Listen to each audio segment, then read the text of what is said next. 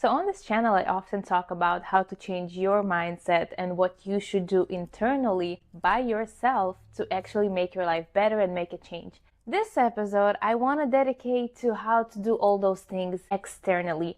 Meaning, I want to show you a few very awkward things that you might be doing in public that make people lose respect for you or just simply not take you seriously. And I will admit that I am guilty of, in the past, doing some of these things myself. And I will tell you a personal story about how I lost a really good collaboration with a really successful artist because I was a beginning artist and I really had no clue how to communicate. So I will tell you this personal story shortly, but for now, let's dive in.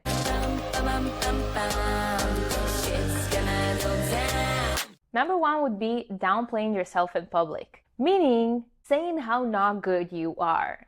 Many people, many artists actually do that. You know how like after a show, you would tell an artist, oh wow, that was amazing, that was a great show, and the artist would be like, oh really? Well, I fucked up the song and I forgot the lyric and like it was alright, it wasn't my best. Don't do that. Never do that. No matter if you're an artist or whatever it is that you're doing, we think that we're being humble. We think that we're kind of just like being realistic and like not being too proud. But in fact, what it's doing is it's putting the other person in a really ridiculous place because they just complimented you. They just told you how good you were, how good of a job you did, and then you're telling them basically, no, you're wrong, I sucked. So it does two things. First of all, you come off as a little rude and you kind of disrespecting them. Not that they understand it at the moment, but it will be awkward for them and they will be like, yo, that's like, I thought it was good. So just, you know. And the second thing, you're downplaying yourself. You're basically telling people that you're not good at something and you pointing out something that you shouldn't be pointing out. I'm not telling you to go and brag to everyone how freaking awesome you were, but don't tell people that you're bad or that you fucked up. I'm not saying that you need to be bragging all the time. That's not the point. The point is to not point out your flaws to other people because what you're saying about yourself, that's what other people will see. So eventually, if you're saying that you're not good enough, that you did a bad job, that it wasn't perfect, and you know, you're just like, oh, you're just a beginner, whatever, that's how people will treat you. And you will never step above that boundary. You're just gonna stay there. The second thing would be agreeing just to not create a conflict. In some cases, it's good to keep the peace by being quiet, right? Sometimes that's the better option. But I'm not talking about crazy scenarios in which you're like communicating with this insane person who just wants to talk about politics and fight with everyone at the bar. No, but I'm talking about more of like being this like yes person all the time and whenever somebody says something, you're just like, yeah, that's fine. Yeah, that's okay. No, I don't mind. That's fine. That's because it is true that most of us don't want to create a conflict, but our brain translates conflict immediately with every small disagreement, and that's not always the case. Sometimes it's not a conflict. Sometimes it's just expressing your opinion, and it might be different than the other person.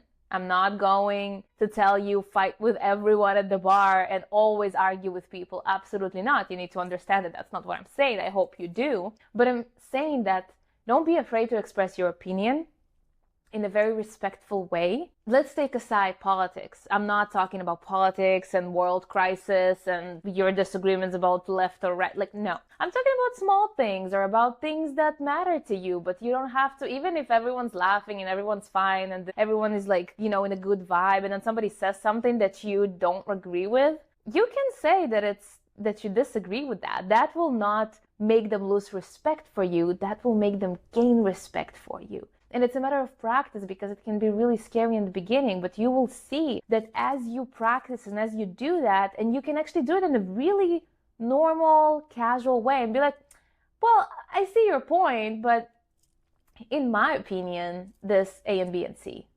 And they will be like, okay, cool. A normal person would react well. If a person doesn't react well to you expressing your opinion, you're in the wrong room, you're talking to the wrong person, you're wasting your time. Which kind of drags me into my third point, which is people pleasing. Being a people pleaser is not a good tactic to live in this world because when you are a people pleaser, people, and especially dominant people, they might use it against you and they might use you because they know you will agree to anything just to please them.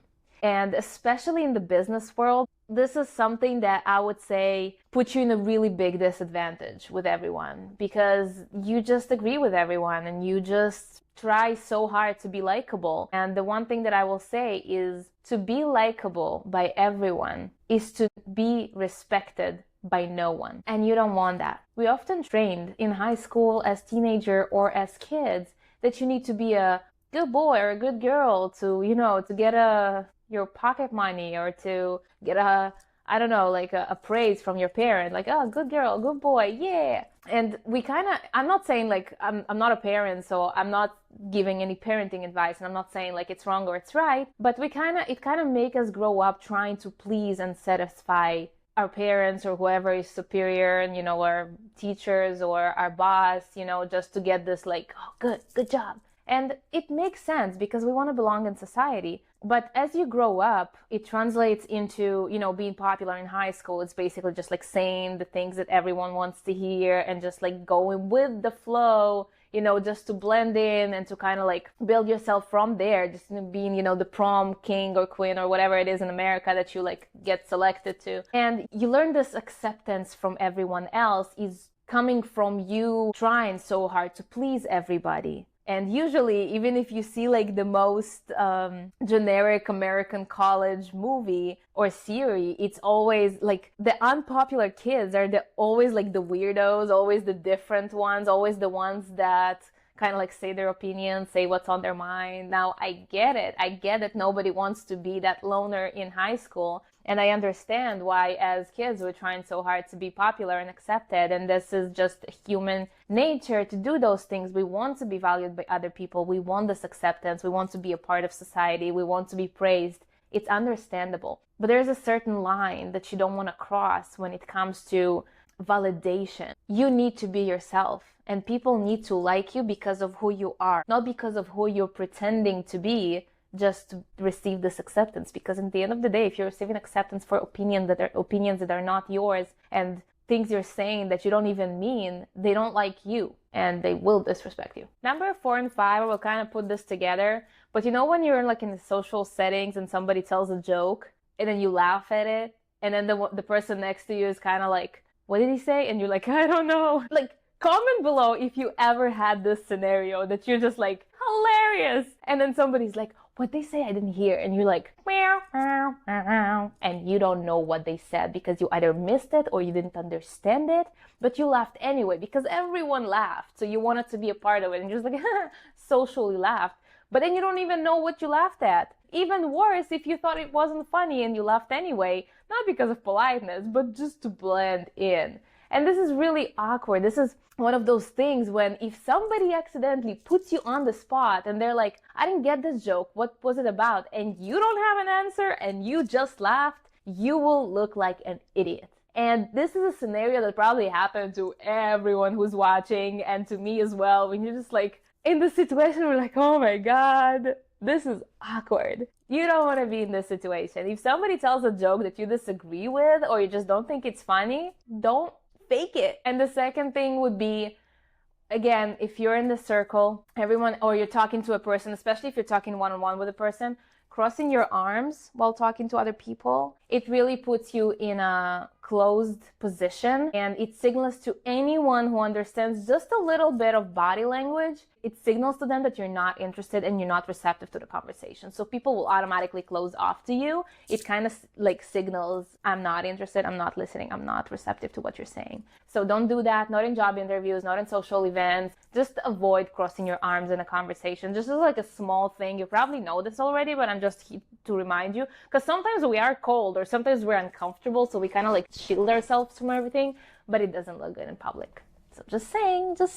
Okay, so number 6 is interesting because it might go unnoticed for some of you, but it's very important to make a point of that and understand what group or what category you're falling under if you are, and change that.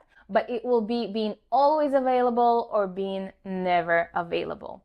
So these are like social rules. And just to give you like a little bit of a background to why I'm even saying that, I've been to so many business networking events, social clubs. I work at a social club as a photographer, so I observe people all the time. I'm a hostess at a social club, so I always see how people act, how they behave, their body language, their language, how they communicate. I used to be a bartender, so I used to watch people all the time. Not like in a judgy way, but like I love observing people. And I studied body language as well, privately and in the military. And I studied networking in college. We actually had a networking class by a teacher from the industry, was a PR person from the music industry who taught us what to do and what not to do, just exactly like I'm telling you now. So when it comes to how to communicate and how to behave when you're out talking to people, whether it's business or pleasure, I have a lot of understanding in that. I just want to make sure that you're not doing some of the mistakes that I did that cost me very heavily in my career and in my relationships. And I will tell you this story,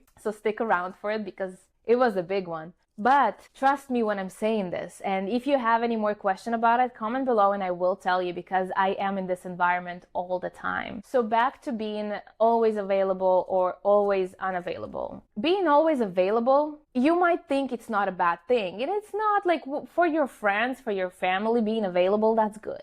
But when it comes to business or new people that you're meeting or, you know, in a different setting, being always available kind of shows you as a non-serious person, I guess, because, you know, if somebody invites you to a party last moment, don't go. You are not going to a party or to an event you were invited last moment because you're a filler. If you were invited last moment, it's because they need more people. You never go to a last moment party or event. Never. You decline. Even if you really, really want to go to this party, you decline and you said, thank you, but I have something. I mean, if you think that it's worth it to go and to like, you know, not take this advice and you're like, this is an amazing event. It happens once a year. I was waiting for it, blah, blah, blah. Go. It's fine. But I'm talking about like I was invited one time to like a fashion show last moment, and I didn't realize in the beginning that I was invited a day before the show. And I was like, oh yeah, I'll see what I can do. Then I realized it's tomorrow and I'm like, oh my God, they don't have enough people. Why wasn't I invited to this huge event 2 months ago when they announced it?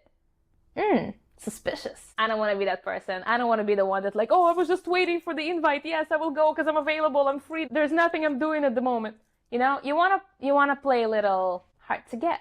Don't be that available. And the second thing is never being available, which is also really annoying. Especially, I don't know about business, because in business you usually make yourself available. You make an appointment, you kind of coordinate a time in which you need to appear, you need to show up because it's business and it's serious. But in social settings, obviously, if you scheduled something and you got sick or something happened, an emergency, a job, like you need to cancel, that's fine. But when it happens too often and when you always become this unreliable person who either never available or always cancels and flaky and can be trusted, you will lose this friend, you will lose this connection, and you will never be invited again because they just will expect that you will never show up. So find this moderation between always being available to never being available, and understand that in certain situations, you need to politely decline because it's last moment, and it's okay if you're actually busy. That's okay. People are busy. You don't have to be always available for everyone. People will understand that you have a life.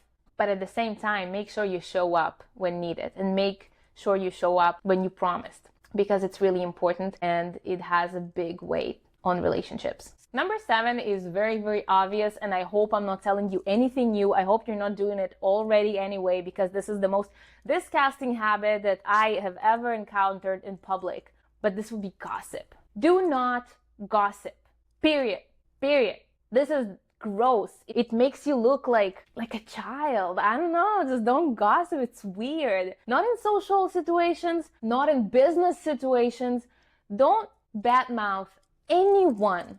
Don't be that person. Like, even if you're like telling a story and the story kind of like makes the other person look bad and you kind of like already in the middle of the story, find a way to tell the story properly that doesn't make you look like an asshole, even if you are right in this situation. But nobody wants to hear how bad somebody else is when they're not even in the room. That's weird. And grown-ups understand that, especially if you're in a business setting. It's a networking event, it's a business conference, and you're like standing there and then telling like how bad John is, nobody will take you seriously. Nobody will ever talk to you about anything again, because if you're gossiping with them, they will be next one in line, and you will be gossiping about them. This is just a social rule. If somebody is gossiping with you, they will be gossiping about you. This is a nasty habit. I hope you don't have it. We all gossip sometimes. We all do that sometimes. That's how people bond. That's like when you come back from work and you want to just like be with your partner and tell them like, oh my God, you can't believe what happened. And we do that sometimes. I mean, I'm not telling you to never ever do it again because it's a sin. I mean, we do that. It's not the best, but sometimes we do. I'm not gonna sit here and tell you like, I've never. Sometimes, we do. But there is a time and a place. Keep it to yourself, and if you really, really need to vent about something, do it with family, with close friends, and, keep it still respectful. There is no need to go too low, but definitely not in those settings, because Okay, I'm almost done, I promise, but I still have a few more, so stick around. I hope you're having fun with me. Are you? I hope you do. Okay. The 8th one is also a very weird social thing that people are doing. But when you're asking somebody that you don't really know too well, and you're like, oh, how are you? Like, how's life? And they're like, oh my God, I'm getting a divorce, and my leg's been bothering me, and I have this hair on my toe that I need to get removed, so I'm going to the hospital tomorrow, and I think I'm gonna get fired, but I'm not sure. And you're like, dude, just say it's fine. You don't need to cover all your life problems with a stranger, with a person who you just met, or you met like just a few times. Keep those things to your therapist, your family, your partner. I don't know. I think that's it. ChatGPT, they're great. You can talk to ChatGPT about anything, but keep it out of the professional environment and social events. It's weird. It puts everyone in a very weird kind of vibe, because they don't know what to answer. They don't really know you. They didn't expect this answer, and you a little bit oversharing, and they know a little bit more than they should about you. So just keep it professional, keep it simple. You can expand. Like, if somebody's asking you how you're doing, don't just say, yeah, I'm fine. Like, you can share. You can be like, oh, it's been a little hard week, but I'm good. Or you can say, it was an amazing week. I feel great. I'm amazing. You can share more than just fine, but not all your personal problems. That's awkward. Have you ever been in the situation when you ask somebody how they're doing, they just spilled everything to you, and you're like, okay, But yeah, that's number 8. So make sure you're not doing that. It's kind of whack. And number 9, and this is my personal story. Are you ready for it? It's coming. Number 9, I'm so embarrassed. Asking for favors before providing value. This is a very serious one, because I made this mistake, and I told you in the beginning of the video that I'm going to tell you, but I made this mistake of not understanding how collaborations work and the hierarchy of business relationships, and that cost me. And I didn't learn this for years until I realized, oh shit, I did this. But let me explain. First of all, I explain, then I'll tell you the story, or the other way around. I'll tell you the story. Let me tell you the story. So when I was in LA, it was my first year as a music student in MI in Hollywood, and I met this person who had a connection to a DJ that currently is doing really well for herself. I didn't know her, but she was a friend of his, and he knew I was a musician, so she said, I'll link you two so you can work together. Maybe you can do something together. And I was like, hell yeah, let's do this. Now, mind you, this is my first year in Hollywood. Fresh. And then we have a conversation. So we scheduled a conversation with her, and she called me on video, and we started talking about what we can do together. So she sent me a few examples. I think she sent me 3 tracks of hers. I think she expected for me to write vocals or record vocals for one of these tracks.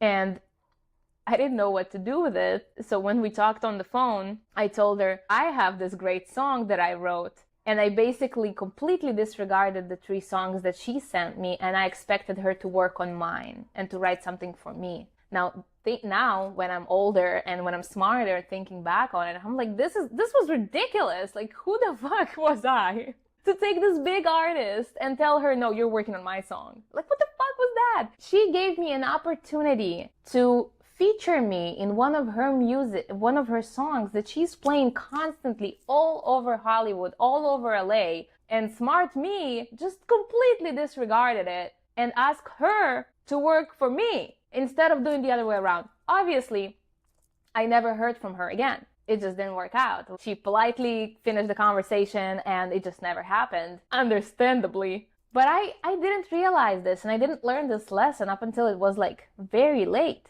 So I am telling you now, and hopefully you didn't do this before, and if you did, now you know why I never got the call back. You cannot ask favors for people before you show them something you can give them. Don't be that person. You can ask favors from your friends, people who know you, people you pay, yes. But when you meet in a networking place or a business place or a creative space or whatever it is, if you want people to like you and to take you seriously and to actually continue talking to you, be the one to offer. Always, always, always be the one to offer. Oh, I'm a photographer. If you ever need anything, please let me know. I'm here for you. Here's my Instagram. If you like just call me. I'm good. Offer what you can do. If you can help in any way, if you know a person is looking for something that you can provide, tell them you're there for them. Be the one to show them that you have value. That's gonna skyrocket your relationships to a point that you don't even realize. You're welcome. The last thing is a little self-explanatory. The last two things I'm gonna tell you really quickly because it's already a little bit too long. But first of all, stop saying sorry all the time. Really, nobody needs it. There's no need. Stop apologizing for whatever you're about to say. A lot of people do that and it shows a little bit lack of confidence and it will let people step on you a little bit more because you're always apologizing. So you're always thinking you're guilty and this is just not something people want to be around. And the second thing is, like I said before, don't talk about how bad you are at something. Don't overtalk yourself too much either. Don't brag too much. It's annoying, we all know this guy who just stands in the bar and just like, oh, me? Oh yeah, I was a captain of a football team. I have a great job. I make so much money and women hit on me all the time and I'm so good. And like my boss, he's jealous at me. Like, don't be that person. This is so gross. This is like, nobody will take you seriously. Nobody believes you because it's just way too much and nobody wants to listen to it, how amazing you are.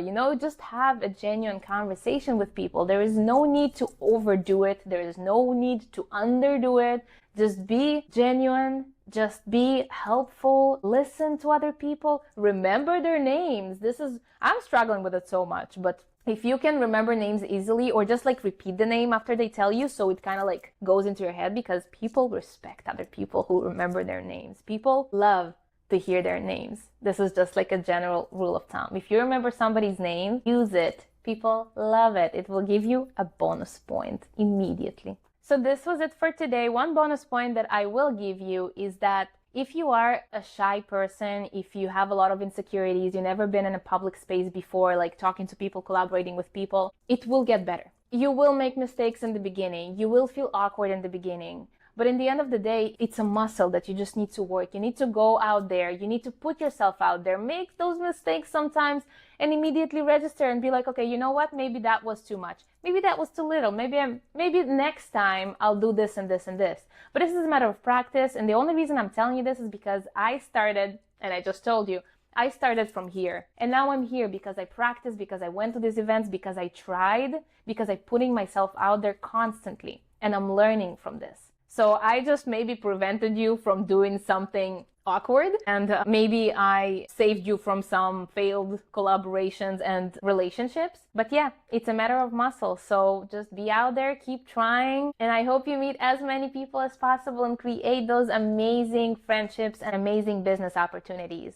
The next episode is going to be a little bit similar, but I'm going to do it about your mindset. Things that are not external, we're going to go back to internal and we're going to talk about things you need to change in your mind in order for it to be easier for you to put yourself out there. So if you're watching it when it came out, so the episode is not available yet, but it's going to be available in 2 weeks. But if you are watching it a little delayed, so the episode is going to be linked right here. If it's not, then it's too early. If it is, watch it now because it's going to be super valuable. So I hope you have a great rest of your week. If you didn't like the video yet, please do. It helps me a bunch. And if you like the content of this channel, please subscribe to the channel because I have these videos every 2 weeks. Have a good one.